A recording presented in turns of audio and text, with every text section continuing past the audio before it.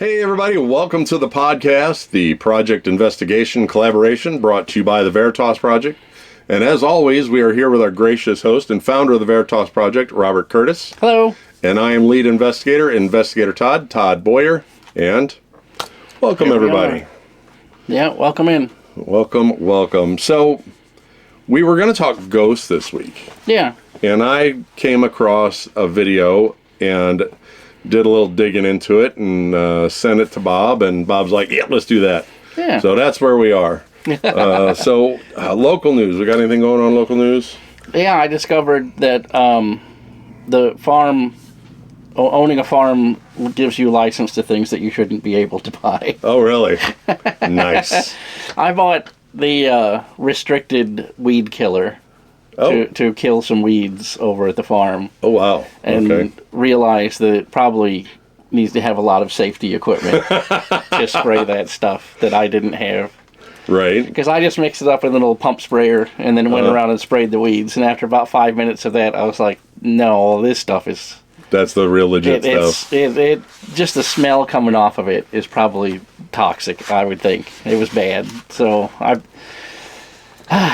we learned a lesson. Yeah. So we have another person interested in the room to split with Erica, so we might actually fill it all up again. So we'll see.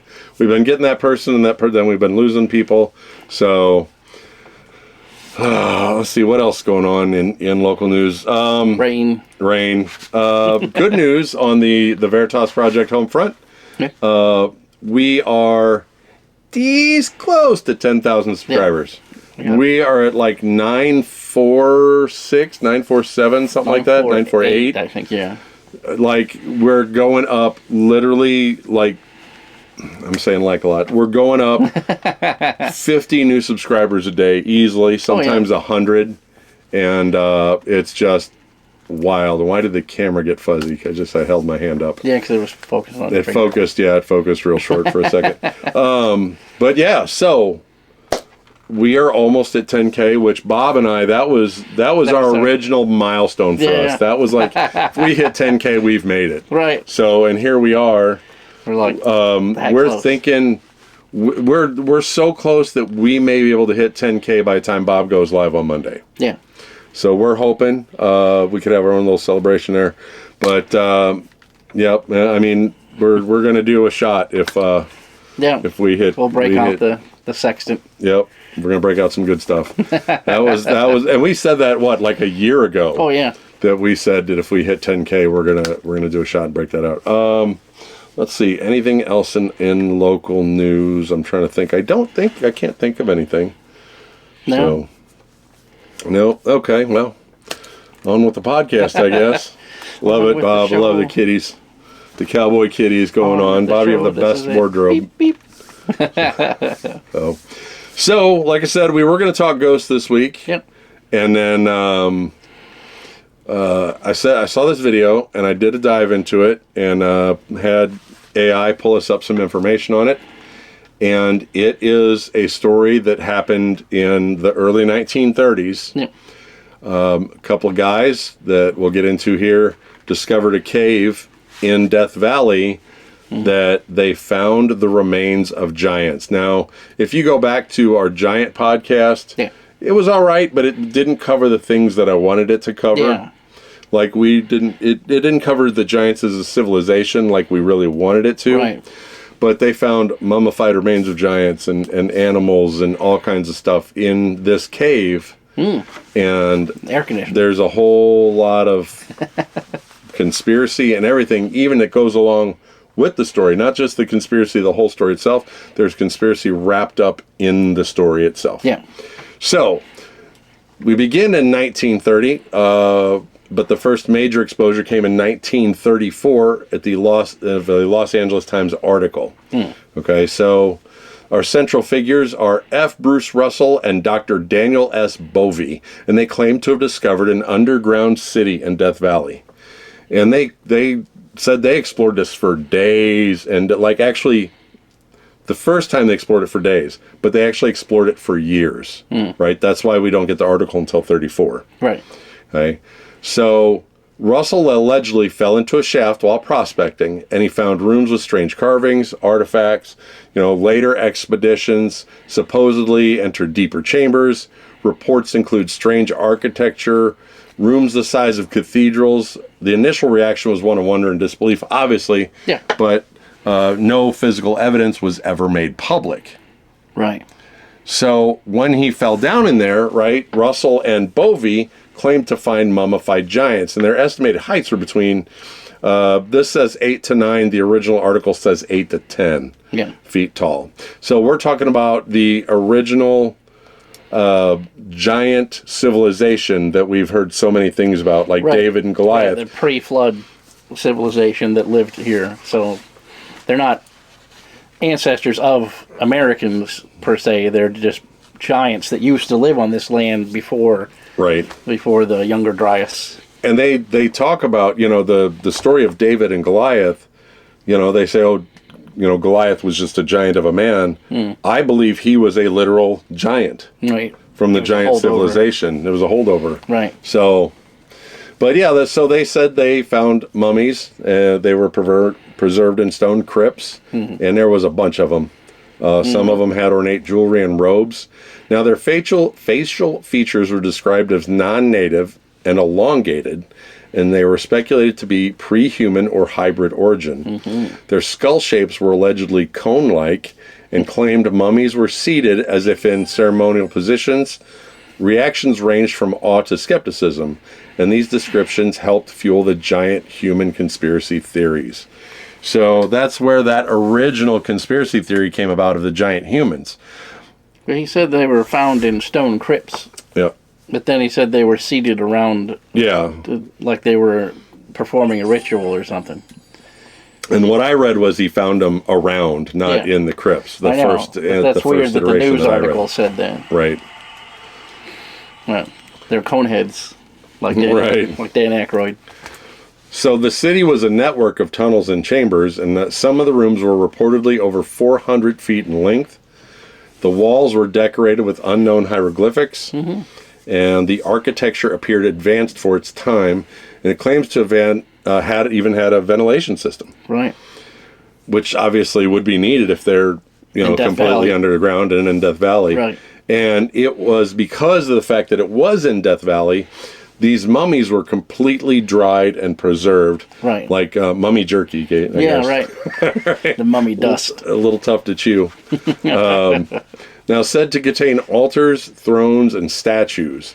And supposedly the layout mirrored known ancient cities, and some theorize a religious or royal purpose believed to be tens of thousands of years old. That also plays into our belief that a lot of these pyramid structures weren't actually built by the civilizations that they say built them. Right. That actually plays into that. They were discovered. They were discovered and moved into them. So, and I think it's odd that they say that it had hieroglyphics. Or strange hieroglyphics on the walls, because this is the 1930s. Egypt had been discovered by then. Right. So they would have known what hieroglyphics look like. So they were strange hieroglyphics. Yeah, weren't the normal stuff. Now, they actually started a group in 1947. It called Amazing Explorations, Inc. Yeah. And they got investors together to do more explorations of the city, right? Should trademark that. Yep. That was a trademark. We're going to steal that. Yeah, there we go. Make it our own group. So the members included Russell and Bovey and then the unnamed investors. And the goal was to launch, scientific expeditions down and bring back artifacts with plans to publicize all the findings, sell the story rights, and of course it faced public scrutiny and ridicule because people didn't believe it. Right. Something that outlandish people didn't believe. So it raised funds but failed to produce tangible proof, and some investors later withdrew. Now, the organization disappeared after Russell's death, and it left behind mystery and unanswered questions, but helped preserve the legend through media buzz. And we're going to get into the mysterious death of F. Bruce Russell. So Russell died under suspicious circumstances in 47, right after they founded the group, right? So his cause of death was either heart attack or poisoning, and no further explorations occurred after his death. Now, Bovey refused interviews shortly after. Some suspect foul play to silence him. His personal notes and maps reportedly vanished. The discovery location was never verified. The death and testified the conspiracy angle, because obviously, you know, maybe somebody was like, okay, we need to shut all this down. Right. You know, because this goes against everything we learned. And it led to rumors of government cover-up. Oh, man. Go figure. Yeah. And it became a core element of the mystery. Now, like exactly what happened with Bob and I a few weeks ago when we talked about the dog whistle and the Stargazer project, the government came in and totally changed it all up. Yep. Like, Bob literally said it on Saturday.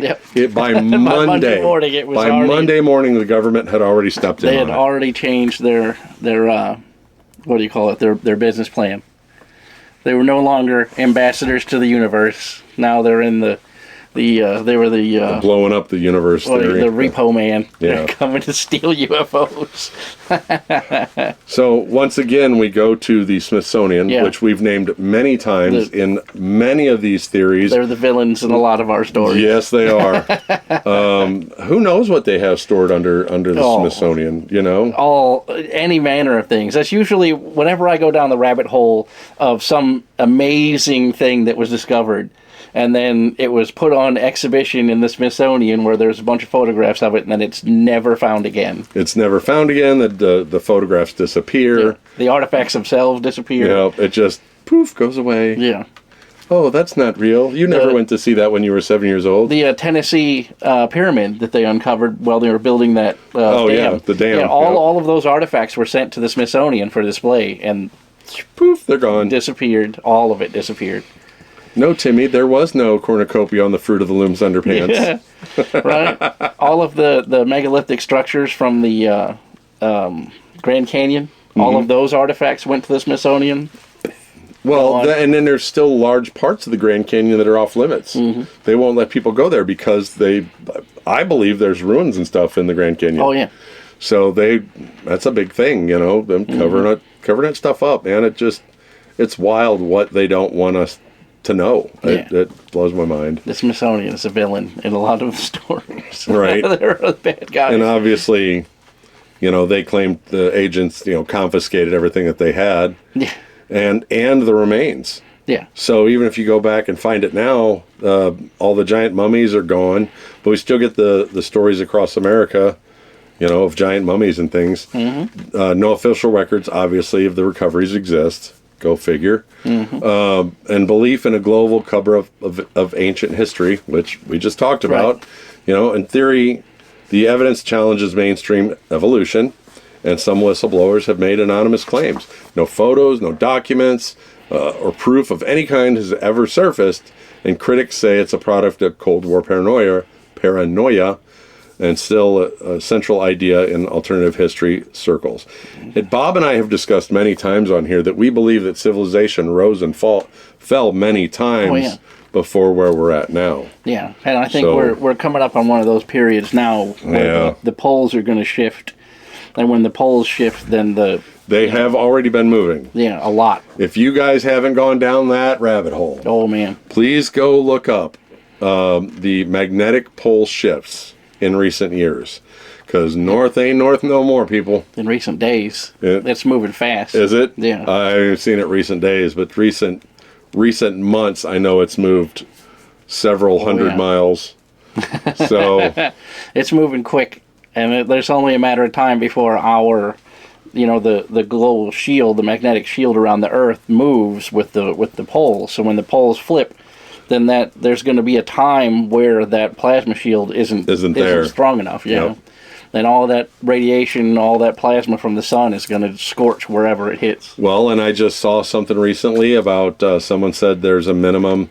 They did all the data and all the data collection. They believe that there's at least 7 large military installations underground. City-sized installations underground for just such an occasion. If you want to look up the map, it's the U.S. Navy warfare something flood map is what it's called, and basically Colorado's an island on that map. The Mississippi is a large body of water that goes all the way up into Canada. So, yeah. unless you live in Colorado, you're pretty much in big trouble. Who wants to live in Colorado? I mean, just saying. I don't. You can. I don't want to live in Colorado. I don't have the money. I'll pass. So claims link this to the Lemuria. Lemuria. Lemuria. That's what we talk about. Yep. Atlantis, or even the Mu, which the Mu another thing we talk about. We talk about the lost civilization of Mu. Yeah. And alleged writings resemble ancient Egyptian and Tibetan scripts. Theorists say it predates known civilizations, believed to be supervisors of global cataclysm. The city may have once been above ground, and legends of the ancient giants support the theory. Suggested trade routes with Mesopotamia or Asia, and the city could be a hub of ancient knowledge. Myths from native tribes, like the Paiute, align loosely, raises questions about human prehistory. Man, I've been like, my words have been not wording so much lately. I used to live in California, so these are all words I've heard a lot. You know what I mean? Like you hear about the Paiutes all the time on the news. So the Paiutes and Shoshone tribes speak of the Tool people, right? Which legends include underground dwellers. Some speak of red-haired giants.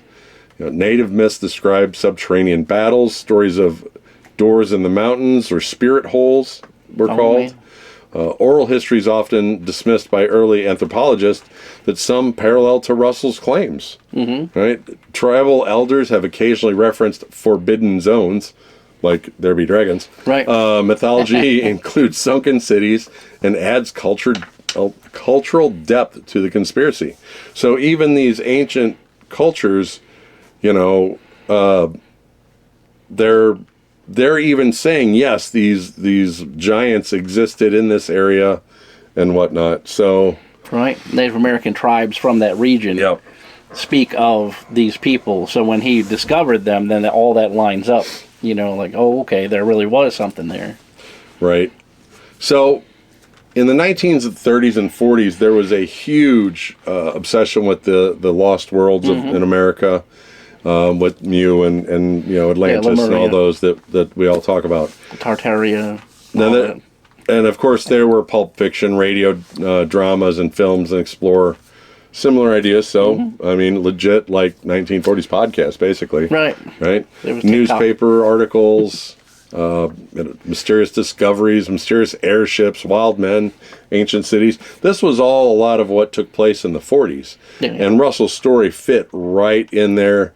It had a popular narrative. Oh, yeah. And there was no demand originally for any hard evidence. But as time went along, they said, yeah, we want these artifacts. Yeah. But, the way it unfolded in the 30s and 40s, that's what, really set it in stone with the giants. But I've even seen recently a video of a giant going into a hill. I'm sure that was AI shot or whatever. But, and of course that all contributes to the forbidden archaeology. So, and the Smithsonian's been around long enough that you never know. Right. So, and it even influenced later work by authors like Eric von Daniken, and the media role was both, as a promoter and a critic, just like everything else these days. Right. So,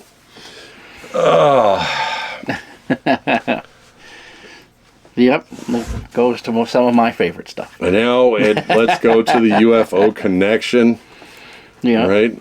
So, the city is tied to the Hollow Earth theory, right? Which that is actually one of my favorite movies of all time. The original Journey to the Center of the Earth. Yeah. Freaking love that movie. I could watch that movie every day. It's fantastic. If you guys haven't seen the original, I think it was 60s, honestly. Yeah, it's the 60s. It's the 60s version of Journey to the Center of the Earth. It is fantastic. Yeah. So it is. I mean, the giant lizards are a little, 60s sci-fi looking, but as far as the rest of the movie, it was done on massive sound stages and looks fantastic. So they believe by some to house ancient alien tech. UFO sightings often occur in the desert regions, and some claim the city is a base for non-human beings. Now, others link it to reptilian civilization, which we've covered in our different species, different alien species we did a podcast. whole podcast about That was actually one of our better ones. Yeah. So, I think that one's at number 5, because dragons just moved up into 6th. Yeah. So I saw that today. And they suggested, it was protected by magnetic fields. Reports of strange lights in Death Valley are still going on. Paranormal investigators report psychic blocks in the area. And linked to ley lines and energy grids remain a hot topic at fringe conspiracy forums. Thank you very much, whoever just sent that. Thank you, Steph, for the galaxy. I appreciate that down here on TikTok. Yeah, how about that? Thank you very much, ma'am. So, there are actually similar discoveries elsewhere that play into this, right? And like I said, this is something that Bob and I touched upon back in the day on our Giants podcast. Yeah. So, we have giant skeletons found in Lovelock Cave in Nevada. Alleged underground cities in the Grand Canyon in Turkey, which I just said. We were just talking about that. So, other cave systems in California rumored to be connected, right? Because a lot of these cave systems, they go on and on further than you think. Oh, yeah. And once they get deep enough, they really open up, because a lot of them were either old aquifers or they were lava tubes. Right. So, if they're lava tubes, they have the possibility to be absolutely massive. Right. So, and the claims of buried cities in the Amazon and Antarctica each lacks verified archaeological support, but patterns suggest global myth and or shared cultural memory Right. can kind of bring it back in. So the common themes: giants, underground chambers, ancient tech, and it's used to support theories of advanced pre-Diluvian societies, and critics argue that they're misinterpretations of hoaxes. So, but That's what they always say. yeah, believers see a suppressed pattern, which is something that we always see, and that's why we are here. Right. Because we are going down those rabbit holes to figure out what's actually here and what is a bunch of hokum. So, Yep. so let's go to the skeptical perspective. Let's play devil's advocate for a moment. So, most archaeologists dismiss it as a hoax. Yeah. No physical evidence of that city ever surfaced. Right. And I actually heard a different version of one of the deaths of the guys, that he went to go get artifacts and was never seen again, or somebody went to go get artifacts and was never seen again. Right. So, let's see, no corroborating reports from known archaeologists. Amazing Explorations Inc. never produced documentation. Very possibly could be, a pulp fiction that the guy wrote. I mean, Death Valley terrain is difficult to explore. Yeah. And skeptics point to profit motivations. If he got all these backers to go fund him to go do these, digs or whatever, that's a possibility. And mummified giants, not supported by forensic anthropology, and hoax stories were common in the mid-20th century. Like we said, the 30s and 40s were really big on all that stuff. So still mysteries endure due to lack of closure. Yeah. Now, modern media take on it. Stories often referenced in YouTube and podcasts, that'd be us, and blogs. It's a popular conspiracy platform, from Like Gaia. and Gaia and Coast to Coast AM, whatever. Let's not talk about them. Inspired fictional portrayals in comics and games. Obviously, similar themes appear in Indiana Jones, Tomb Raider, all that kind of stuff.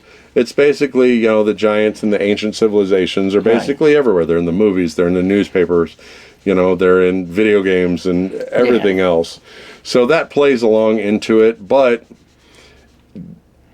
you know how we are. We like to look at it and say, okay, is this a possibility? Right.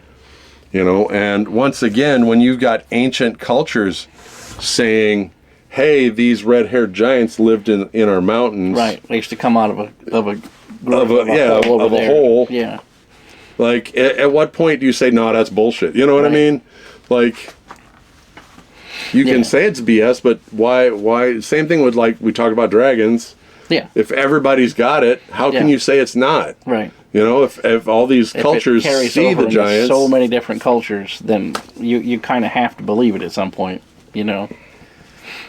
So, Now, Death Valley does have unusual geological formations, and natural caves and lava tubes are present, which we just spoke of, Right. and has rare magnetic anomalies.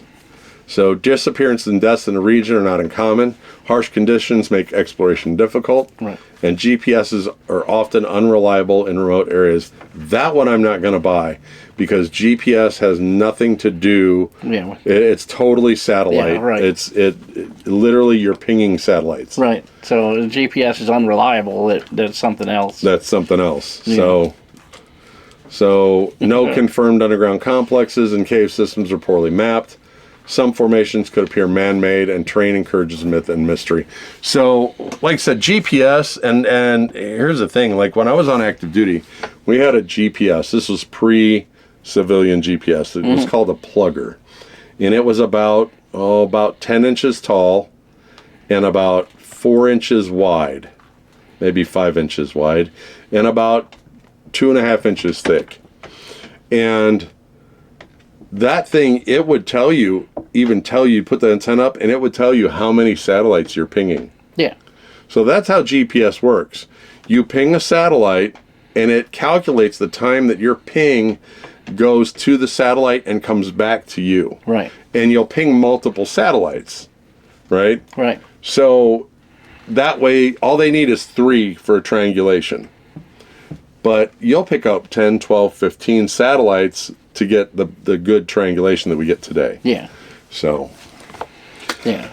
Military satellites ping. The military GPS pings. The civilian just listens to their locator frequency and then determines the distance because of the frequency. Right. You know, whereas in the military, it asks it, like, hey, where you at, dummy?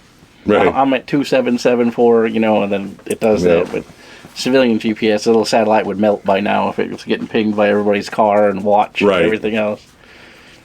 Now, obviously, this has been unsolved for nearly 100 years, and there's no confirmed rediscovery of the supposed city. And it still captures everybody's imagination and the conspiracy theories, and no one has proven Russell's claims definitively. Yeah. And occasional expeditions have searched but found nothing, and Death Valley's remoteness adds to the enigma. Right. But like I said, it was a rabbit hole that I came across this week, and I actually sent it to Bob and said, hey, you want to check this out on a later podcast? And Bob's like, yeah, let's do it this week. So, Yeah. So that is, in the nutshell, the conspiracy of the giant city in Death Valley, California. I hate when I do that. Oh, you click the I accidentally clicked the mouse button. So, but that is the conspiracy of that. So, go down that rabbit hole. We always encourage you guys to go find what you can find on your own. We don't want you guys to believe what we believe. We want you to come to your own conclusion, just like we always encourage every week. So don't forget, we have the Lemp may be completely booked at this point. We keep getting people back and forth on that last half a room, but it may be completely booked now. Nice. Don't forget, you can get, if you become a Patreon member, we'll add you to the slide. You'll be immortalized in the podcast at the end of each week. But this is this week's, I'll show it up here. This is this week's postcard. Is that the Yeti chilling out by the beach? Yep. For our $5 members, you get $5 members. You get a postcard. Free postcard. And Bob and I sign it every week, and I'll show it down here to the TikTok people. Yeah. Also, you can catch us on I can never remember the name of that site. Printify. Well, is it Printify or is it Printly? We had to specify last week. Lee, I think. No, it's Printify because I was thinking it was like Shipley. No, right. Yeah, Printify. It's Printify. So you guys, if you want the merch, in fact, Bob's still got a shirt over there. Yep. And here we'll hold it up between us so that way even the TikTok people can see it this time. So if you want some merch. Shameless plug. Yep. Go on and you can go on Printify and search the Veritas project, and they're really nice. Actually, they're really well made. Good quality. Good stuff.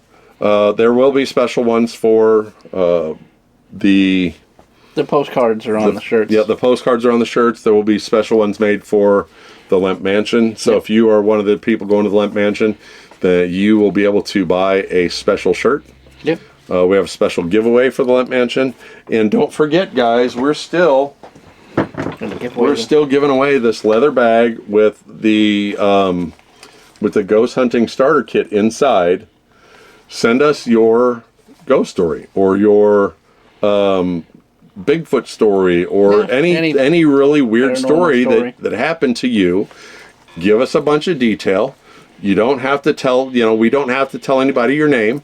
We will go over it in a podcast. We'll break it down, try to figure it out, maybe run it back and forth, is it this? Could it be that? What do you think? Blah, blah, blah, kind of thing. Right. And the person's story who gets the most views from the public gets this. So it's not even us deciding who wins this. Mm-hmm. It's the views on YouTube that will decide who wins. So I don't care if it's my grandma that sends in the story or one of our mods or somebody that's been part of our show for, besides Ghost, our team. Right. Anybody can enter to win this, and there's going to be EMF detector and infrared flat or blacklight flashlight. Blacklight flashlight. You were talking about a the spirit box. The spirit box. Yep. One that I made. So that's all going in here. So it's perfect, and with your phone, you've got everything you need to be. Yeah. So that is that. Follow us on all the other social medias, Facebook, Instagram. Bob is RSCurtis73 on Instagram. He keeps that well updated. Yeah. Bob's on Facebook, Robert Curtis, and the Real Veritas Project everywhere. Mm-hmm. I'm investigator Todd on everything, if you want to find me. And, send us those stories. You can, if you're down here on TikTok, you could just message Bob or I. Or you can send them to Bob as the Real Veritas Project at gmail.com. I'm investigator.todd.paranormal at gmail.com. Yep. We want to thank you for all the likes, taps, comments, and shares down here on TikTok. We'll be hanging around for a few minutes afterwards to chit chat with you guys if you have any questions. If you're up here watching us on YouTube, go back, watch some of those other podcasts. We have some really great ones. Yeah. Subscribe, like. Send us a message. Tell us what you think of the podcast. Hit the notification bell. Yeah. Share us to anyone who you think might enjoy it. If you're watching a video and you see something that you have a question about, put a question in the comments. Put it in there. Well, Bob watches our comments religiously. I reply to everyone. He replies to everyone. Yeah. So he takes it upon himself to get all up in there. Yep. So on Monday, Bob will be live at 9 a.m. Central Time on TikTok. And he will edit the podcast, and I will join him, and we'll chit-chat back and forth. And sometimes we think of things that we could have said now, but we don't think of them until we actually hear what we've said, because we'll listen to the podcast again. Right. And then usually he has it out. Nowadays, it's usually out on YouTube by 11:30 on Monday. Oh, yeah. So, because... it's super fast upload now. Yep. YouTube basically says, we see you, and gives us bandwidth. Yeah. So it is no joke. It used to be miserable. Yep. It would take us every bit of 3 hours to upload the video. You actually told me some good YouTube news the other day. What's that? That you got accepted to something. Oh yeah, I'm a part of the collaborators group. The people that YouTube bounces their policies off of. So I got accepted into the whatever they call that, collaborators group or whatever. Mm-hmm. So that's kind of cool. So Bob will be helping to write YouTube policy. Yeah. So that's kind of a cool feather in your hat. Yeah, that's fun. Right on. So, thank you guys for joining us. We appreciate you guys coming back every week, and appreciate you watching the podcast on YouTube. And remember, stay curious and find the truth. And we'll catch you guys next time.